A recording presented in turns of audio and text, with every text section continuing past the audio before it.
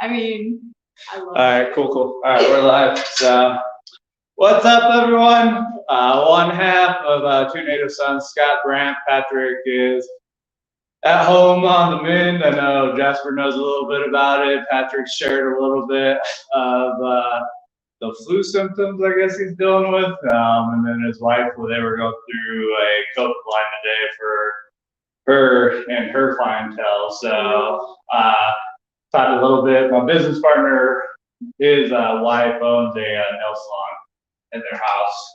So she's highly sought after in regards to what she does and whatnot. But this is all thanks to Jasper. She had reached out earlier today. I'm so blushing already. Yeah, It took no she reached out time. earlier today and asked if I wanted to come and do a live stream with you guys.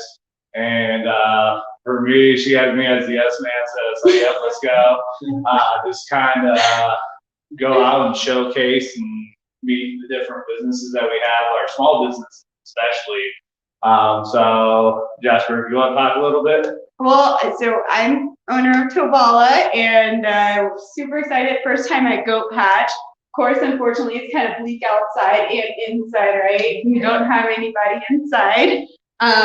But I was super excited to find out, one, that you guys are veteran owned, and that's obviously a local business. Awesome kombucha. But I really want you guys to talk. Yep. So whoever wants to start. Give us a little feel, like, how long have y'all been here? So Goat Patch Brewing was formed in 2016. We got the location here in Lincoln Center. We're located in a former elementary school with 14 other small independent businesses. So we really felt as a brewery, getting into a community, very community-based organization that we wanted to be in a community. And so this Lincoln Center being right here in a neighborhood is kind of unique. Placement for a brewery in Colorado Springs. I'm sure most of you that are Colorado Springs natives or at least live here are familiar with the Ivy Wild School and Bristol Brewing located there. And so like a lot of people kind of dubbed us up Ivy Wild North, just being in an old elementary school and being a brewery, obviously, similarly. So we opened in 2017, July 2017. We started our anniversary this past summer. Congratulations! That's like 3-year hop. Yeah, exactly. 3-year hop, and then in the middle of COVID here, so it's been quite a challenge. Obviously, but facing the same challenges as about every other business this year. With the exception of maybe Costco and Walmart, but okay, that's why you guys are talking and not them. But I mean, we've just been blown away by the support that we've seen this year too. I mean, we were shut down for 71 days earlier this year, and just the food truck partnerships that we had, that continue to come out and support us, and we've just made so many great friendships and partnerships with so many other businesses, just with the avenues that we've taken this year. And I just met, help me out here. Name of the business that's right next door here that does wines, and they have one of your tab. Roswell. Yeah, so I spoke to Michael too, and he was so sweet. But something that I thought was really cool is we parked Tobala, right? And I look out the server window, and on the pole is like lobster trap, right? Like slow down, like everyone's got their sticker. I took a picture of this. I'll totally be posting it because I thought that was so cool. Add that to follow too. Absolutely. But I love that. Yeah, having food trucks here is like something that I was just saying earlier, that it's like something that people want to get to know. This is another way of like people are that's pretty awesome. Yeah. The food that does these trucks is unreal. It's so good. And we heard nothing but good things about quality. So both of us are like, I can't say I can even make mac and cheese, which most people know about me. So there's some awesome chefs in the truck, and it's definitely not me. But there is a sample pot out there for y'all. And so, what is your role here with Goat Patch? I'm the general manager. I'm also one of the founders. I've been with the company since early 2017. Darren, the head brewer, and one of the owners, and I have worked together previously at another brewery. We've been friends for 10, 15 years, probably now. So when they first kind of got the business plan together, they were looking for the location, and they were looking for a kind of business manager. There's 6 owners company. So there's 3 couples, and kind of all over, somewhere near Colorado Springs, some out in Massachusetts. But we worked really closely together from day one to kind of get this off the ground. Darren Hayes, head brewer and owner, and myself were putting boots on the ground from day one once we got the location, and we were doing full demolition. Our brew house is actually located in the full auditorium, so it was like a full tiered, layered down, auditorium with big stage and lights and soundproofs and everything like that. So that's where our brew house is actually located in the elementary school. The brewer's office, little sound booth and everything. So, Yeah, I wanna hear about that sometime. Like, this probably isn't the right segment because it's gonna be too long, but like 6 owners, but I want to hear about how that works and how that dynamic flows, and that's cool. Yeah, it's fun to be the general manager. I would have 6 different, it's a lot of hands in the pot and the guitar, I guess if that's how you want to put it, but I'm on the phone a lot. Put it that way. and I think this was actually something Patrick and I had talked about because we were at the Ivy Wild showcasing Salary Bus. And that was also, thank you to Jasper for getting us connected with that one. So it's very unique because Patrick and I were sitting outside and to think about a company or multiple companies taking an older fixtured system like this and then flipping it over from a school system to having multiple businesses and whatnot. What was the inspiration to keep the structure how it was, but take it from an old elementary school to a strip mall, essentially with different businesses? What really inspired that to keep the structure like it was? I can't fully speak for that because we don't own the building. We do have a property manager, but I think the biggest, part of that was really not necessarily gentrifying, but utilizing existing buildings in neighborhoods. I think Colorado Springs, there's, so many segments, so many little neighborhoods, and utilization of a perfectly good structure without having to tear it down, and the opportunity to get 14 different individual businesses that are looking to branch outside your strip mall, your typical brewery in an industrial area kind of situation. That is so cool. I love that. I love this whole. This is my I think it's one of those things. It's a compliment to the Colorado Springs market and a lot of individuals that will try to refurbish and recycle what's already there instead of stripping it down and then having to build a whole nother building. I think that's a smart utilization of a system that's already in play. Absolutely. The building's got good bones, might as well. And for yourself, sir, what's your role here with Goat Patch? Yes, my name's Austin. I'm the taproom manager here. I started like almost 2 years ago as a bartender. Just worked my way up that way, and just took on the team kind of pretty recently. So kind of in a weird time, but loving the ride and love Goat Patch. Like from the second I had my interview, I just felt like cared for. It's not like a typical company where cog and machine type of deal. We follow our tribe, and it's like a family. I just always loved it. So The goats pack, they travel in packs. They call it a trip, a tribe, or a pack. Tribe resonated with us very well. Again, it's kind of back to that community-based organization, community-based, neighborhood-based business. We're really active in the nonprofit community. We host nonprofit organizations every day for what we call our Community Heart Night, which is kind of a play of Bleeding Heart Night because goats bleed. So every Tuesday we host a different organization, $1. Unfortunately, we're closed for on-site consumption right now. But when we're active, it's $1 from every pint on-site, and then $2 from every dollar or growler to go. So we're really able to raise a lot of money for 52 different organizations here. We really like to spread the love around, and we also, in addition to that, we also have our 15th Thrive initiative, which happens all year round. We have a Thrive Red Yellow with our and every 25 cents from every beer that we sell, whether it's on-site, off-site, bars and restaurants, we donate that 25 cents back to a nonprofit. We host 2 nonprofits each year, and so like when we're open for normal business, the customers get a little token, and they get to go and choose which nonprofit they want to support with the dollars that they're spending. Okay. That is the coolest thing ever. I actually have a couple of individuals I'd love to get you guys connected with.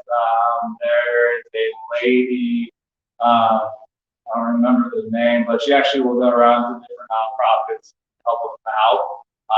So I'll be connected with them. And then Brandy Nunez, who is the Nunez Partners.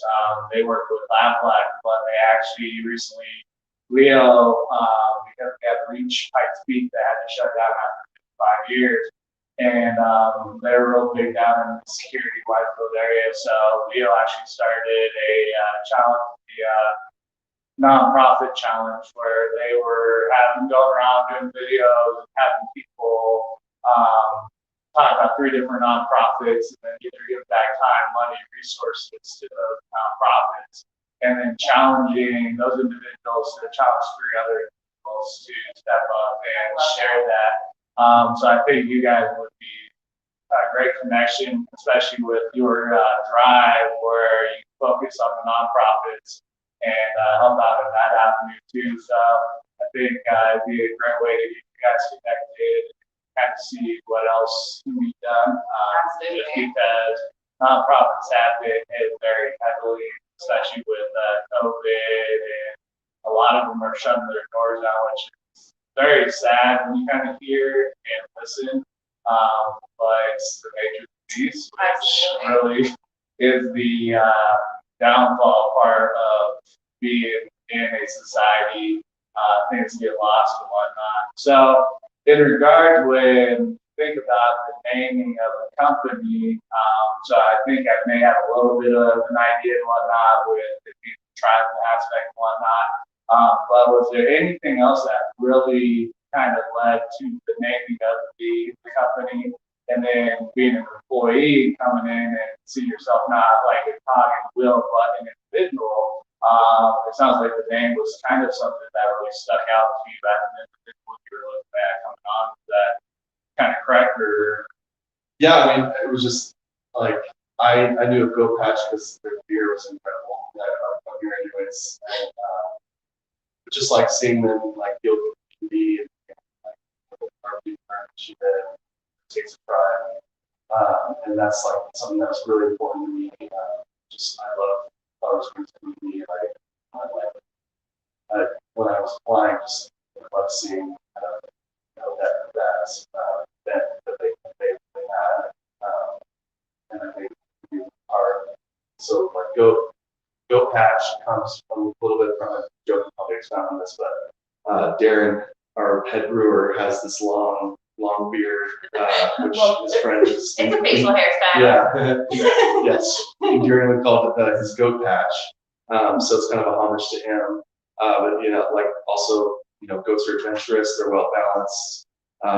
You see them dangling off the sides of mountains. And then third thing, just the way that they're community based, that they travel in the community, they support each other in the community as a tribe. Yeah, and those are 3 things that are important to us as a brewery. So I think it's really cool too, because I've been to the Lobster Trap, right? And you guys have a brew tab there, right? And so all of the collaboration in the Colorado Springs community is absolutely incredible when it comes down to the breweries, especially this year. Yeah. Like they band together in such a wonderful manner. I think that's amazing. And I love that you bring up the Nunes Partners, right? Because there is a Facebook group that they created for this. So we'll have to post that link for anybody who wants to get involved in that, because it is a really awesome initiative.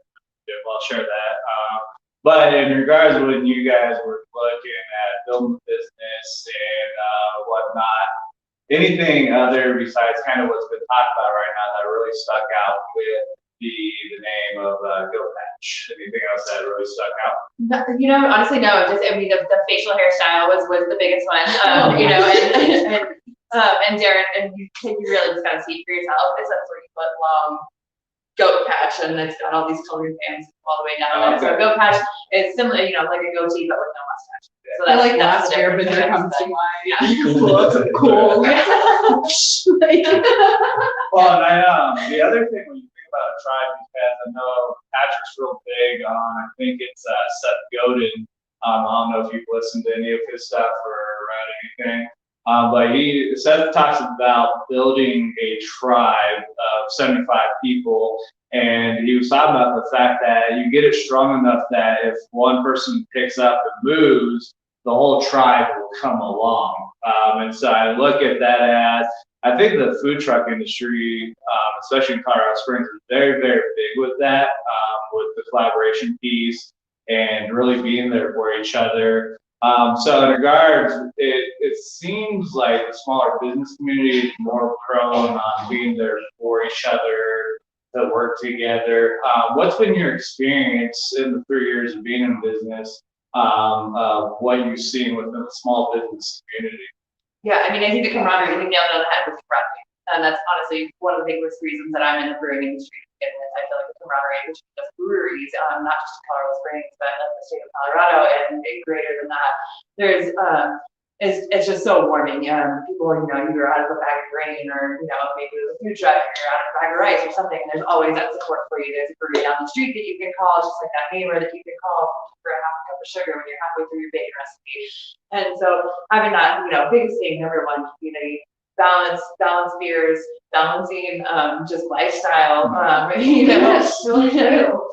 mean, I kind of put a post out there, but just how grateful I was, because I was put in a position where I had a 120 person event, and in less than 12 hours needed it filled. And like, huge shout out to Killick's Kitchen. Thank you, Bridget. And she did it in less than 12 hours, served like 120 people for Decimate CrossFit Decimate, backward. Yes, but anyway, that's exactly what you're talking about. Like, you are put in a bind and you have a community to literally reach out to who's supportive, and I think that's incredible. Yeah, and the partnerships with the food trucks. I mean, we serve beer. We only serve beer. We brew beer and we serve beer. So the food trucks are such an integrated part of our business on the day-to-day. People, can pretty easily get, little tipsy if there's no food to eat and nothing's available for them, and the sustainable having food to come in and give them that substance they need to continue to drinking beer. And then we're also partnering with other local businesses, giving them an opportunity to get in front of a different audience every That's so cool. Yeah. And it's like having a restaurant where every day your menu changes, which is nice too. I think a lot of people enjoy knowing that they can come back to Goat Patch and not have to eat the same cheeseburger that they had last time. There's always different food. And that's been, people, since we opened our doors, have known that we've had food trucks here. We're located right in the middle of the neighborhood. So everyone in the neighborhood, there's not a lot of restaurants in the little kind of the Orcat area. So people from the neighborhood walk up all the time, ride their bikes up the street around the whole neighborhood. So we've seen really great success ourselves here in the center of other countries. So in regards with Goat Patch, what's your guys' vision with the business? And in 5 years, when you're looking at the community of Colorado Springs, what would you guys like to see change? What would you like to do as an individual company to enhance what takes place in the networking community, but also just the small business community of Colorado Springs? What are some things that you see? I think the number one change that I'd like to see right now is for business, small businesses to be able to be able to I think that, we're going to see a lot of it close over the next, few months, year. We don't see some changes in the landscape of what's going on with COVID. That would be number one. A lot of support there. Yeah, a lot of support. Yeah, that would, I'm sorry, and I can't remember where I was like, three-part question, I didn't want to tell you.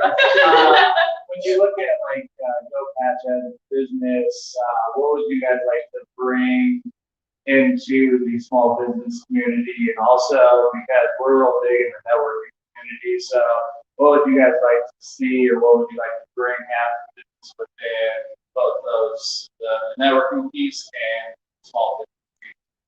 I think just to continue to support other businesses, other small businesses, the best that we can. And really our goal is to own our own backyard. We're a small brewery, we're self-distributing, using a lot of breweries and working with large distributors and stuff. And we love to promote within. Also, for example, growing our employees up from the house to management, things like that. So I think it's slow, steady growth of the company, while supporting other, businesses around us. Really our biggest goal, and that is owning our own backyard, really expanding our brand as big as we can in Colorado Springs and the surrounding area, with the main company that we have here.